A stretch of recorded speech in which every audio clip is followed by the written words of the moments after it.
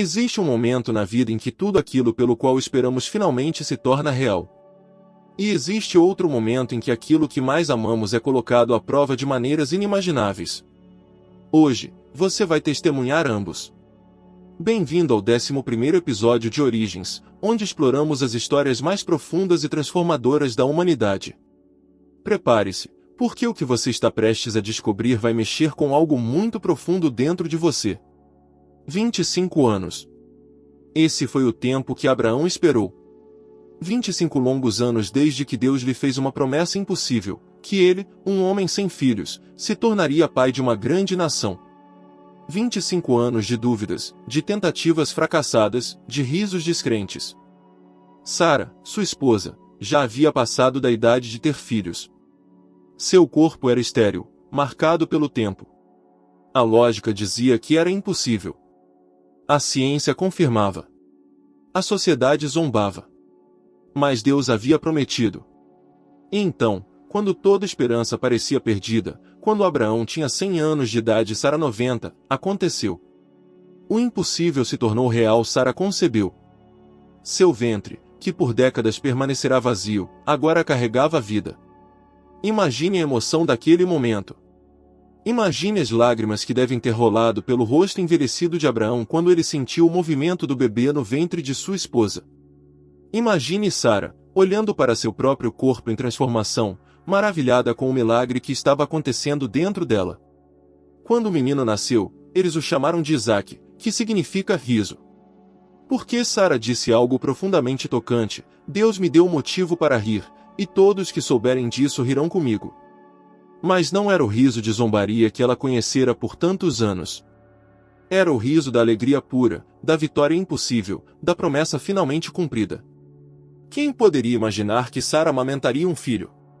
Quem ousaria dizer a Abraão, décadas atrás, que ele seguraria seu próprio bebê nos braços quando já fosse um ancião? Mas nem toda alegria vem desacompanhada de dor. Na mesma tenda onde a celebração ecoava, onde Isaque crescia cercado de amor, havia outra criança. Ismael.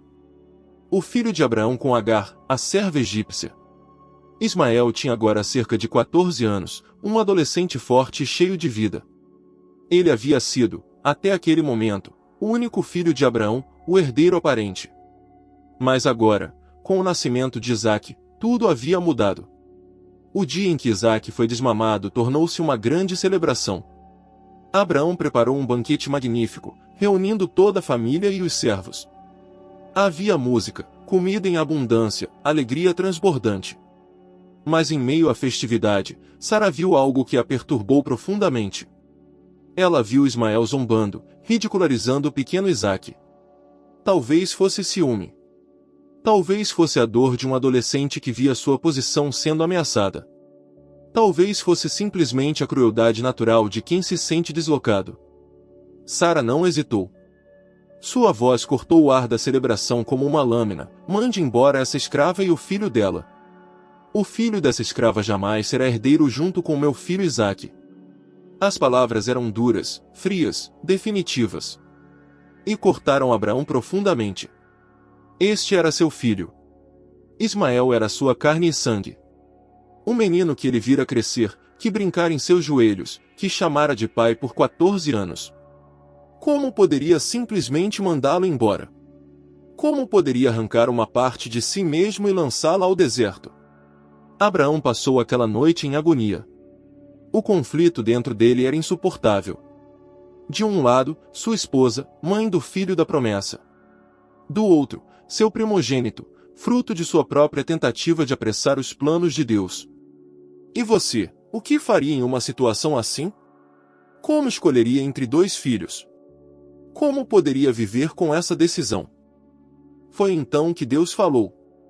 Sua voz trouxe clareza em meio ao caos: não se perturbe por causa do menino e da escrava. Atenda a tudo o que Sara lhe pedir, porque será por meio de Isaque que virá a sua descendência. Mas também do filho da escrava farei um povo, pois ele é seu descendente. Na manhã seguinte, antes que o sol nascesse completamente, Abraão se levantou. Seus movimentos eram lentos, pesados com a dor do que estava prestes a fazer. Ele preparou o pão e uma vasilha de água. tampouco para uma jornada tão perigosa. Ele colocou tudo sobre os ombros de Agar e, segurando Ismael uma última vez, os enviou embora. Imagine essa cena. O velho patriarca, com lágrimas nos olhos, abraçando seu filho pela última vez. Agar, apavorada, sabendo que estava sendo enviada para o deserto com um adolescente e provisões mínimas. Ismael, confuso, assustado, talvez ainda não compreendendo completamente que nunca mais veria seu pai. O silêncio daquela manhã deve ter sido ensurdecedor. Eles caminharam. Horas se transformaram em dias.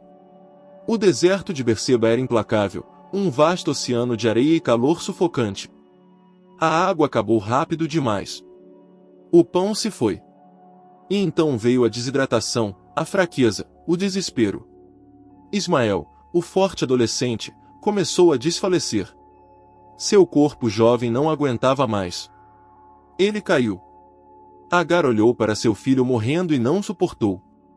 Ela o colocou debaixo de um arbusto, buscando qualquer sombra que pudesse oferecer um último conforto.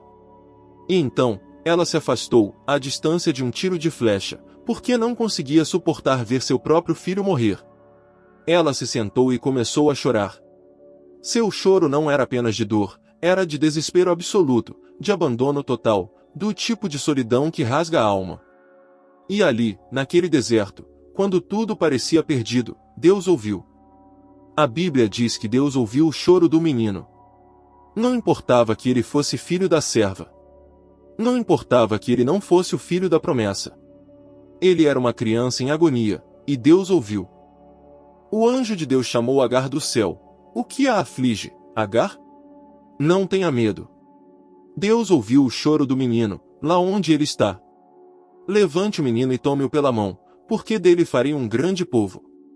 E então, algo extraordinário aconteceu. Deus abriu os olhos de Agar e ela viu um poço de água. Estava ali o tempo todo, mas ela não conseguia ver. Às vezes, nossas lágrimas nos cegam para as provisões que Deus já colocou ao nosso alcance. Ela correu, encheu a vasilha e deu de beber a Ismael. A água fresca trouxe vida de volta àquele corpo desfalecido. O menino se reergueu. Agar e Ismael não voltaram. Eles construíram uma nova vida no deserto de Parã. Ismael cresceu, tornou-se um arqueiro habilidoso, forte e independente. Agar escolheu para ele uma esposa do Egito, sua terra natal. E Deus cumpriu sua promessa, de Ismael vieram 12 príncipes, e ele se tornou uma grande nação. A dor daquele abandono foi transformada em propósito. Enquanto isso, Abraão permanecia em Berseba. Mas sua vida não era apenas sobre família. Ele era também um homem de negócios, um líder respeitado. E foi nesse lugar que Abimeleque, rei de Gerar, veio até ele acompanhado de Ficol, comandante do seu exército. Eles haviam observado Abraão. Viram sua prosperidade, sua sabedoria, seu caráter. Abimeleque falou com respeito e admiração: Deus está com você em tudo o que você faz. Agora, jure-me diante de Deus que não enganará nem a mim, nem a meus filhos, nem a meus descendentes. Assim como fui leal a você, seja leal a mim e à terra onde você está vivendo. Abraão concordou. Mas havia uma pendência.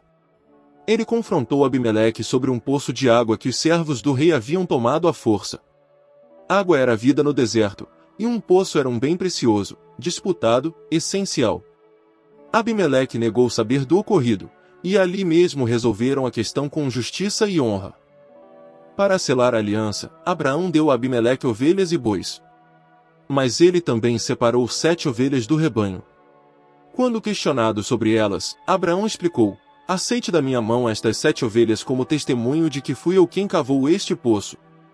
E assim aquele lugar foi chamado de Berseba, que significa poço do juramento, porque foi ali que os 2 homens fizeram um juramento.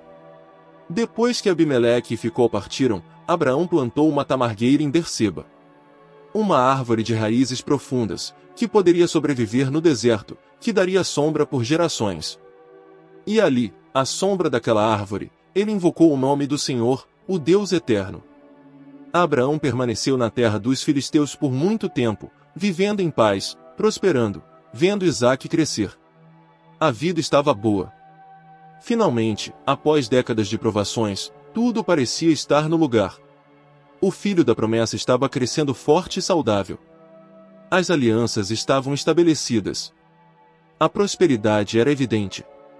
Abraão poderia finalmente descansar, desfrutar de seus anos finais em paz ao lado do filho que tanto esperara. Mas então, veio a prova.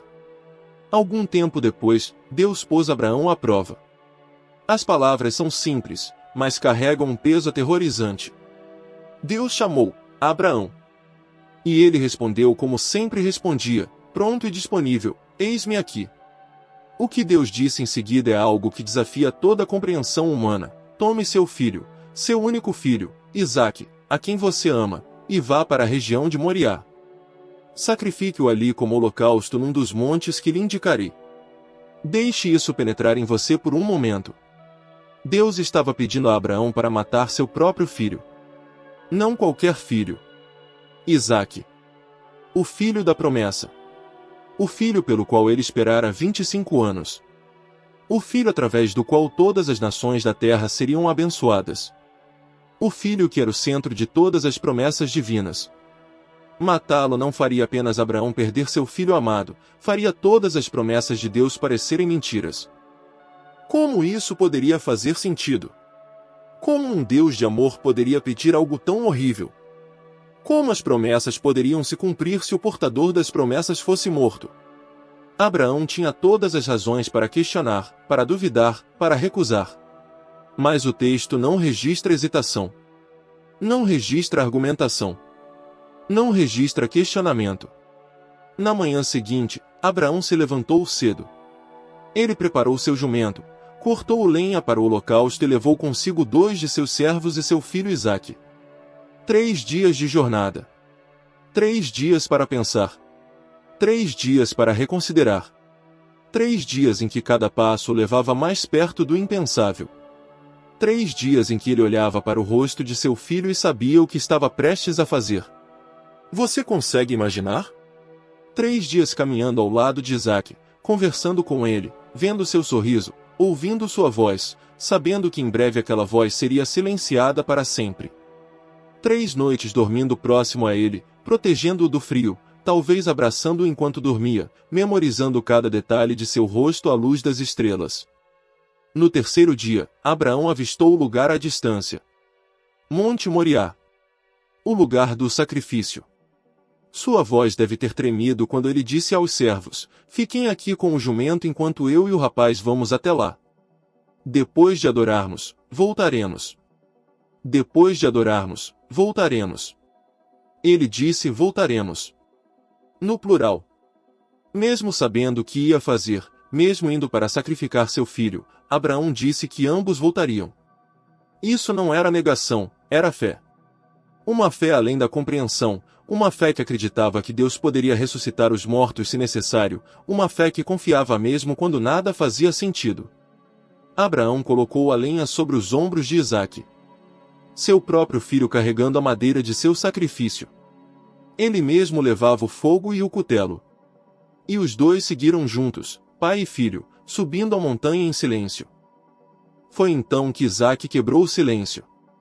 Sua voz era inocente, curiosa, sem qualquer ideia do horror que se aproximava. Meu pai. Abraão deve ter fechado os olhos ao ouvir aquela voz amada chamá-lo de pai. Sim, meu filho, ele respondeu.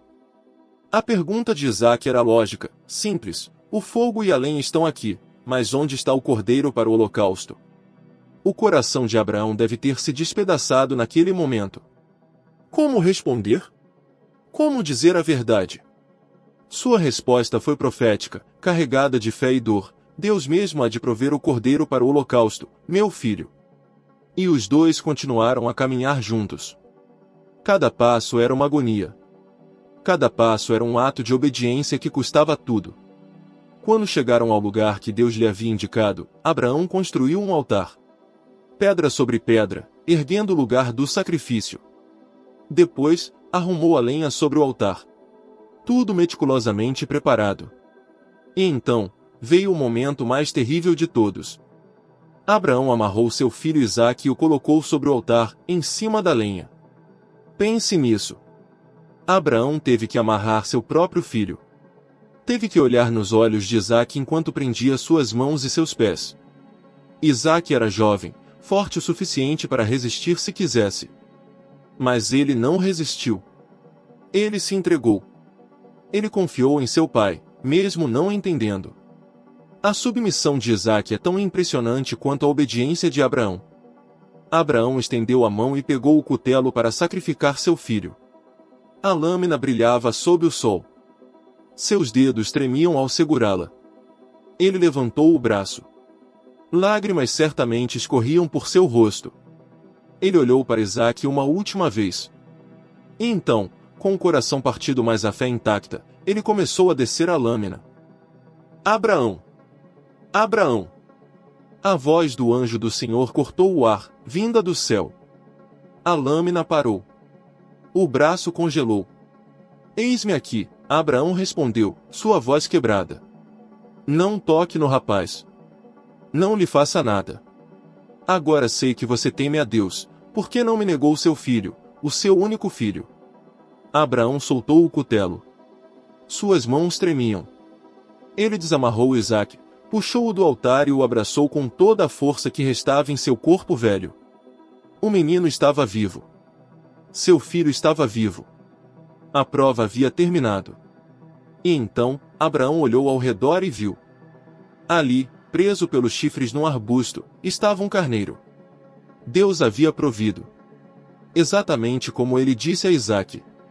Deus proveu o cordeiro. Abraão tomou o carneiro e o ofereceu como holocausto em lugar de seu filho. E ele chamou aquele lugar de O Senhor proverá.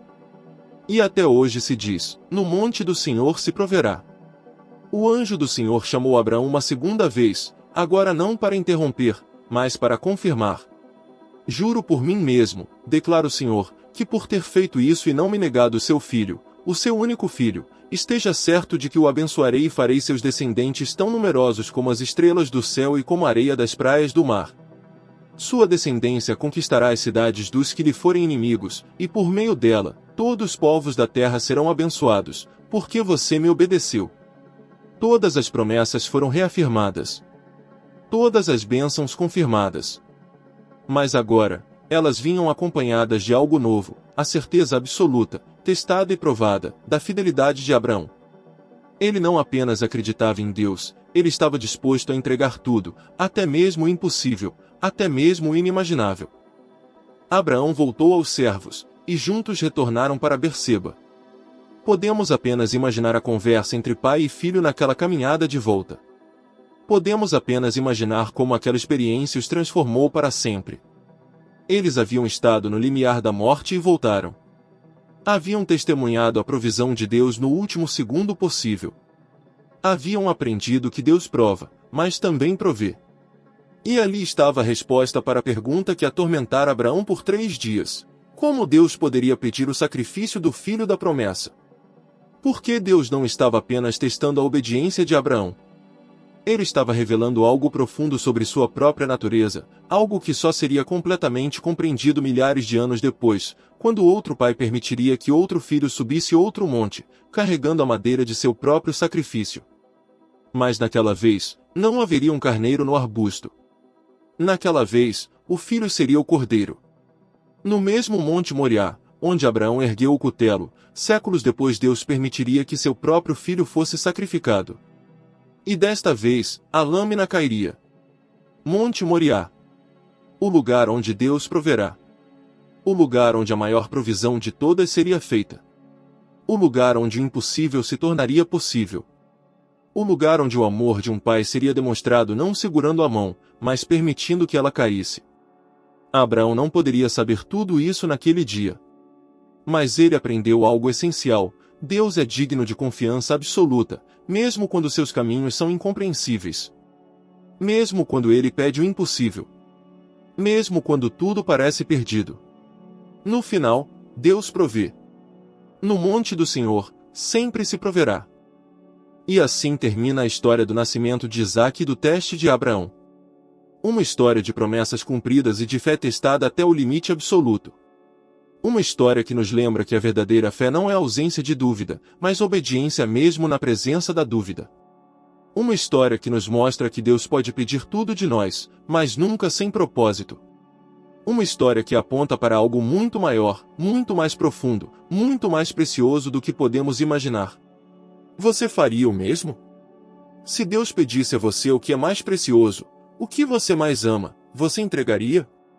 Essa é a pergunta que a história de Abraão nos deixa. Não para nos atormentar, mas para nos desafiar. Não para nos destruir, mas para nos transformar. Porque no final, a questão não é o que Deus tira de nós, mas o que Ele nos dá quando confiamos nele completamente. Este foi o 11º episódio de Origens. Uma história de nascimento e quase morte, de alegria e dor, de fé e obediência. Uma história que continua ecoando através dos séculos, nos lembrando de que o Deus que prova é também o Deus que provê. Até o próximo episódio, que essas verdades antigas possam iluminar sua jornada hoje. Se esse episódio falou com você, guarda isso no coração. O Deus que prova, é o mesmo Deus que provê. Talvez hoje você esteja no deserto como Agar, ou no monte como Abraão. Mas em ambos os lugares, Deus continua vendo, e abrindo caminhos. Se inscreva no canal, acompanhe os próximos episódios de Origens e continue essa jornada com a gente. Porque aqui, cada capítulo revela a origem da humanidade e as raízes da fé que transforma destinos. Até o próximo episódio.